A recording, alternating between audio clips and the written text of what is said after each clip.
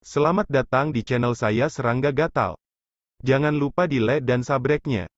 Oke, kita mulai. Luo Yuncao sangat marah, dan berkata dengan tegas, kami datang dari kerajaan matahari abadi dan melayani 9 dewa, yang mulia, apakah Anda akan pergi berperang dengan kerajaan matahari abadi? Seberkas api keemasan jatuh, tampaknya lembut dan indah, tetapi sebenarnya itu penuh dengan kekuatan yang sangat mendominasi dan aneh, dan langsung membakar Luo Yuncao, dewa dari paviliun Tianjing. Hanya ketuhanan yang utuh, berubah menjadi kelompok ringan, dan jatuh ke tangan Huang Zankong. Dia membuka mulutnya untuk menelan bagian dewa ini, dan menatap biksu Dewa Yuhe dengan ekspresi kosong. Biksu Yuhe terkejut, berbalik dan lari. Kemarilah. Tapi melihat Huang Zankong meraih tangannya, dia meraih biksu Dewa Yuhe di tangannya. Biksu Dewa Yuhe berubah menjadi abu di seluruh langit. Dan ketuhanannya sekali lagi ditelan oleh Huang Zankong. Dari awal hingga akhir, secara halus, membunuh dua dewa sama dengan membunuh semut. Momentum yang mendominasi dan ganas tidak diragukan lagi terlalu menakutkan. Huang Zankong, apakah kamu berdemonstrasi padaku? Pria berbaju abu-abu itu tahu bahwa mata utaranya seperti pusaran hijau, menatap dingin ke arah Huang Zankong. Hanya untuk membunuh beberapa gadget yang tidak jelas, apa yang pantas untuk dipamerkan. Huang Zankong mencibir, ekspresinya penuh penghinaan, seolah-olah dia mengira Zibei, pria dari daerah terlarang kuno, sedang membuat keributan. Mereka bukan dewa biasa. Di belakang mereka berdiri 9 dewa kerajaan hari abadi, dan kerajaan hari abadi mewakili prestise beberapa dewa di alam ilahi. Wanita lembut dan menawan yang menyebut dirinya Binu berkata perlahan, apakah kamu tidak takut membuat masalah bagimu di zona terlarang? Huang Zankong menyipitkan matanya, dan segera mencibir, badai kacau yang belum pernah terlihat sejak zaman dewa kuno datang, abad ini semua ordo Shinto peradaban Yuan akan mengalami guncangan yang tidak terduga. Dalam keadaan seperti itu, siapa yang akan peduli dengan masalah sepele seperti itu? Berbicara, dia berbalik dan menyapa Sui dengan tinju lagi, Yang mulia, tolong ikut saya untuk mengunjungi daerah terlarang Tianjiu, tuanku sudah mengatur pesta dan menunggu dengan penuh harap, hanya menunggu kehadiranmu. Zibei dan Binu jelas tidak tenang. Keduanya pun angkat bicara dan meminta Sui untuk mengunjungi daerah terlarang tempat mereka datang. Sui telah berdiri di sana, menonton dari pinggir lapangan. Saya sempat berpikir, kenapa orang-orang di 3 daerah terlarang ini begitu ingin mengundang mereka? Apa yang ingin mereka lakukan? Namun tak dipungkiri, semua ini pasti berkaitan dengan kekuatan reinkarnasi. Mungkin juga terkait dengan apa yang akan terjadi di jalan para dewa kuno. Selain itu, mereka kemungkinan besar tahu tentang apa yang terjadi di medan perang era dunia abadi, dan tahu bahwa mereka adalah satu-satunya orang yang bertanggung jawab atas kekuatan reinkarnasi di dunia saat ini. Jika Yang Mulia setuju, saya berjanji bahwa orang lain tidak akan dapat menghentikannya, dan akan membawa Yang Mulia ke daerah terlarang dengan aman. Selain itu, tuanku juga mengatakan bahwa selamat go, Yang Mulia, dan saya akan membantu Anda untuk berurusan dengan semua dewa di alam dewa di masa depan. Hua Zankong berbicara lagi dengan ekspresi yang tulus. Sungguh menggelikan, dengan saya di sini, Anda tidak dapat membawa pergi Taois Sui ini. Zibei adalah pembunuh, dia jelas cemas, menoleh untuk melihat Sui, dan berkata, aku bisa menjanjikan semua yang bisa dijanjikan Huang Zankong, dan aku bisa melakukannya. Menjamin bahwa ketika Anda berkunjung sebagai tamu, Anda tidak hanya tidak perlu khawatir tentang keselamatan Anda sendiri, tetapi juga mendapatkan manfaat yang tidak terduga. Wanita menawan Binu mendengus dingin, dulu, siapa yang tidak tahu bahwa Dewa Raja Kekacauan kuno di daerah terlarang adalah iblis tua yang bisa memakan orang tanpa meludahkan tulang kepala. Ada juga, Tian Gui Senjun, Anda di area terlarang dari kesalahan Tian, tetapi dia juga bukan keras kepala yang baik. Saat dia berbicara, dia menatap Sui dengan matanya yang menawan dan berair, dan berkata, terus terang, kami mengundangmu untuk menjadi tamu kali ini. Karena penguasaanmu, kekuatan reinkarnasi, tapi kami tidak akan pernah melakukan sesuatu yang tidak menguntungkan sesama Taois di area pemakaman awan. Untuk ini, saya dapat menggunakan hati Dao saya untuk membuat sumpah, jika saya berbohong, saya akan mati. Wanita ini jelas keluar dari jalannya, pertama dengan belak-belakan menuduh dua kubu lainnya, dan kemudian mengungkapkan tujuan mengundang Su Yi kali ini, dan menyatakan posisinya, yang sangat menentukan dan langsung. Namun, dari sisi dia juga terlihat tidak sabar. Kalian berdua harus berhenti berdebat. Tidakkah kamu melihat bahwa rekan Taois Su ini tidak pernah mengungkapkan pandangannya sendiri sampai sekarang? Mengetahui bahwa utara dingin dan terbuka. Tiba-tiba, Binu dan Huang Zankong mengerutkan kening. Sungguh, Su Yi tidak berbicara dari awal hingga akhir, terlihat sangat tenang. Ini juga membuat mereka sadar bahwa penampilan mereka sebelumnya agak terburu-buru dan cemas. Ini seperti tawar-menawar. Sebelum penjual berbicara, banyak pembeli yang saling menawar. Pada akhirnya, pembelilah yang paling dirugikan.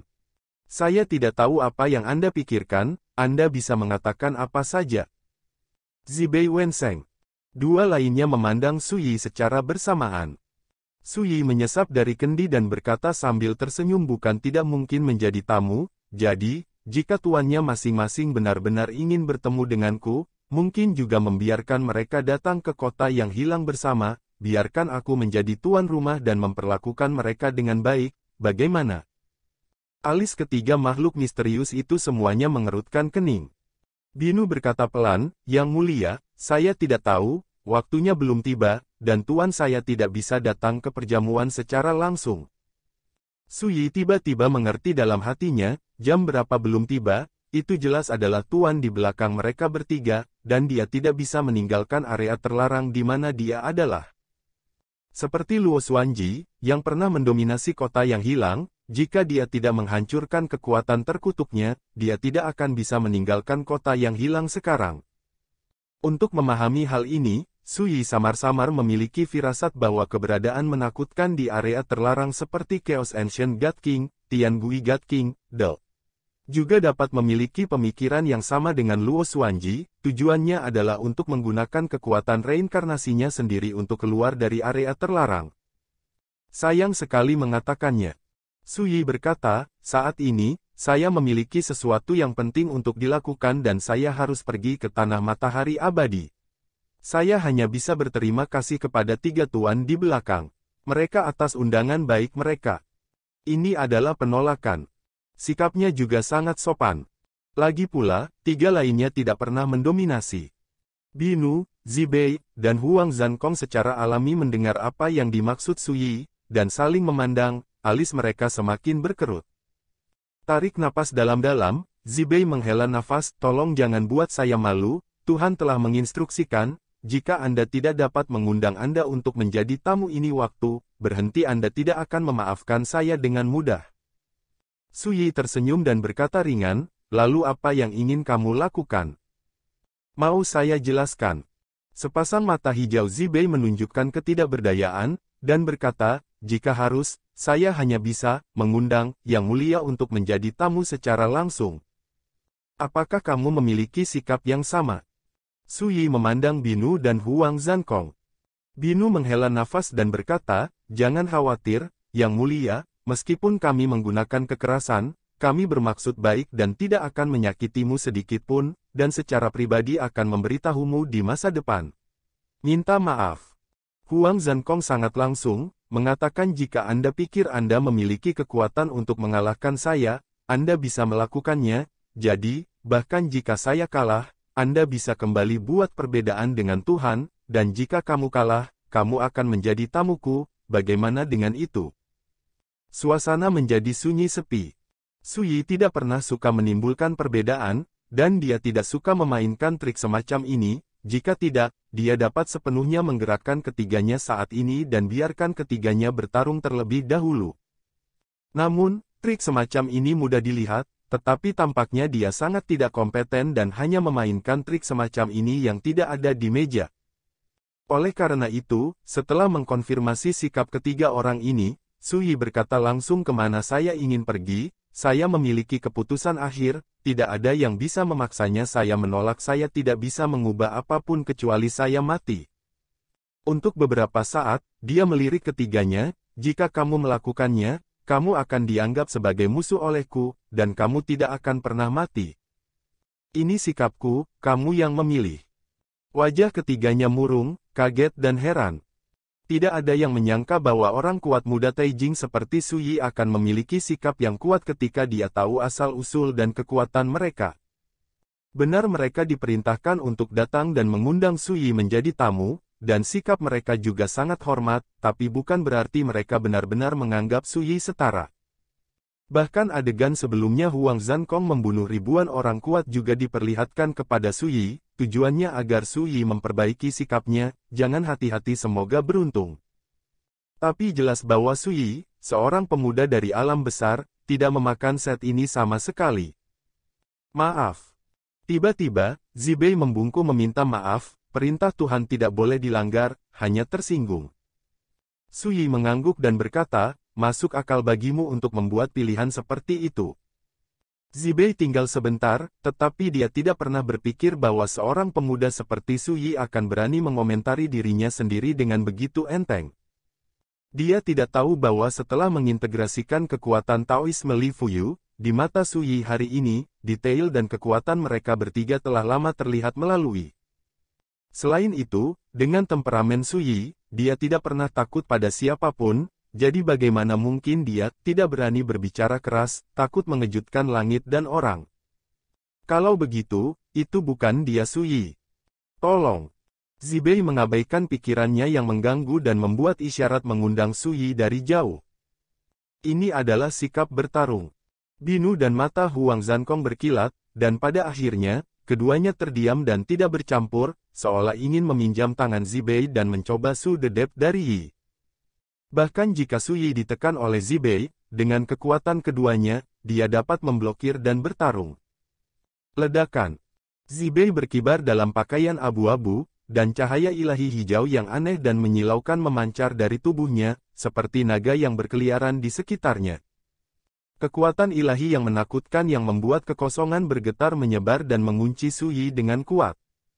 Pada saat ini, mata Su Yi menyipit pelan, merasakan tekanan besar datang ke arahnya.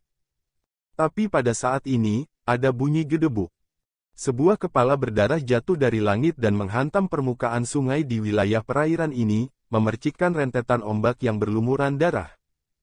Kepalanya adalah seorang pria dengan wajah terdistorsi, dan sepasang segel rahasia berwarna darah yang dikelilingi oleh matahari dan bulan terukir di antara alisnya.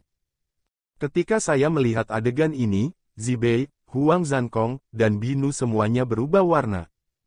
Mereka mengenali kepalanya. Nirvana. Tuan Kepala adalah orang kuat dari Guse Kamu, daerah terlarang, dan merupakan salah satu orang dari Guse Tianfei yang mendominasi Guse terbatas daerah. Su Yi juga terkejut. Segera, suara serak, seperti pisau terdengar. Saya akan memenggal kepala siapapun yang berani melakukannya. Mendampingi suara itu, seorang pria berbaju biru muncul. Dia memiliki rambut panjang dikepang panjang, wajahnya tampan dan menggoda, sosoknya setinggi longgar, dan dia memakai sarung hitam di punggungnya. Sarungnya kosong tanpa pisau. Su Yi sekilas mengenali satu sama lain. Beberapa bulan lalu, di kota Jinqiao, pria berbaju biru ini muncul tiba-tiba.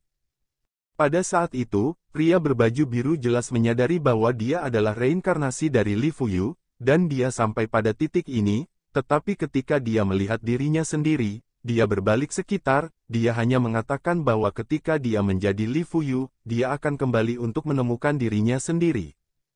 Dan sekarang, inilah dia. Melemparkan kepala berdarah secara langsung dan mengejutkan penonton. Selain itu, karena integrasi kekuatan Taoisme Li Fuyu, Su Yi juga mengetahui identitas pihak lain, dan secara kasar menebak mengapa pihak lain datang. Antik, aku tidak menyangka kamu masih hidup. Zibei muram, dan alisnya penuh ketakutan.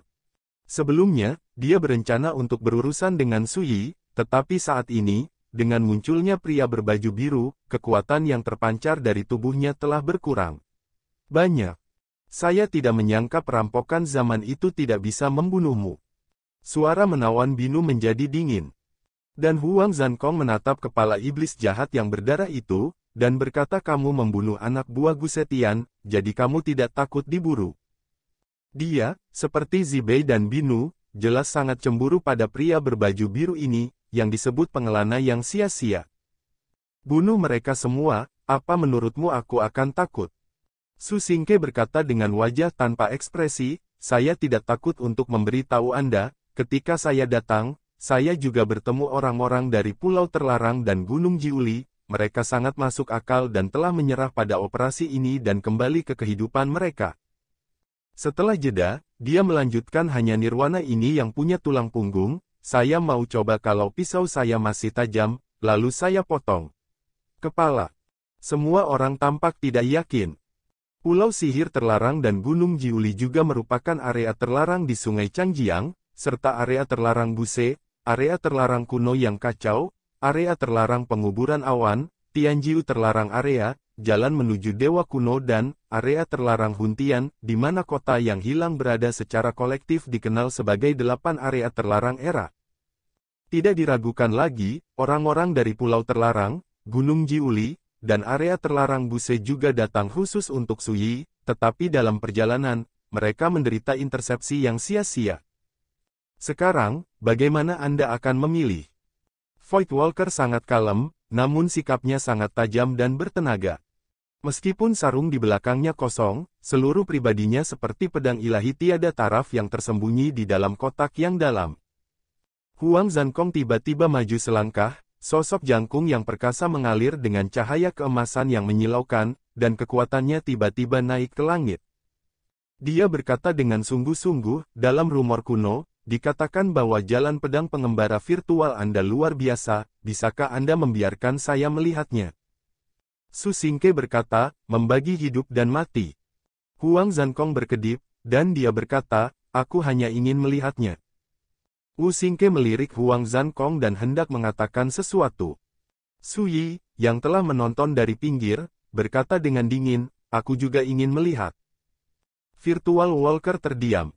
Setengah suara, dia menepuk sarung di belakang punggungnya dan berkata, tidak masalah apakah kamu hidup atau mati, dan kamu tidak perlu menjadi nyata, karena kamu ingin melihatnya, aku berjanji. Berbicara, dia menatap Huang Zankong, gunakan semua kekuatanmu dan tembak aku. Huang Zankong menarik napas dalam-dalam, dan matanya memancarkan cahaya yang mengejutkan, terima kasih atas saran Anda. Ledakan. Dia memiliki tubuh yang tingginya sekitar 10 kaki, dan ada pola api ilahi yang padat, yang diturunkan menjadi arus keteraturan yang pasang surut. Kekosongan luas di dekatnya langsung diselimuti api tak berujung. Pada saat itu sebanding dengan matahari ilahi yang terbit dari area air ini, nyala api tidak terbatas, permukaan air di dekatnya menguap, dan kabut air mengamuk. Mata semua orang menyipit. Zibei dan Binu sama-sama mundur. Keduanya melihat bahwa Huang Zankong sedang melakukan yang terbaik saat ini, tanpa syarat. Pada saat ini, Su Yi membuat penilaian dalam pikirannya. Ini sunyi dan kosong, memiliki kekuatan tempur yang sebanding dengan Dewa Tengah Penciptaan, dan menguasai hukum kuno api ilahi yang bukan milik era ini, meskipun hanya tubuh Tao yang dipadatkan oleh jiwa juga sangat baik. Jika daging dan jiwanya digabungkan, dia akan menjadi lebih kuat. Penilaian ini, yang berasal dari pengalaman dan pengalaman Li Fuyu, secara alami berubah menjadi intuisi naluriah Su Yi, dan tidak perlu dengan sengaja merasakannya. Saat ini, Huang Zankong sudah dimulai. Ledakan. Ketika dia menginjak, nyala api ilahi yang menyilaukan di tubuhnya berubah menjadi pedang yang menyilaukan. Pisau yang sangat sederhana, tidak lebih dari tindakan memotong. Tetapi ketika pisau ini dipotong, dunia seolah-olah berada dalam tungku, nyala api ilahi mengamuk, membakar langit, dan pemandangan yang megah dan megah muncul dari udara pisau yang tak tertandingi dan mendominasi adegan. Sekelompok gagak emas bangkit dari pohon kembang sepatu, memicu badai api yang menyapu alam semesta.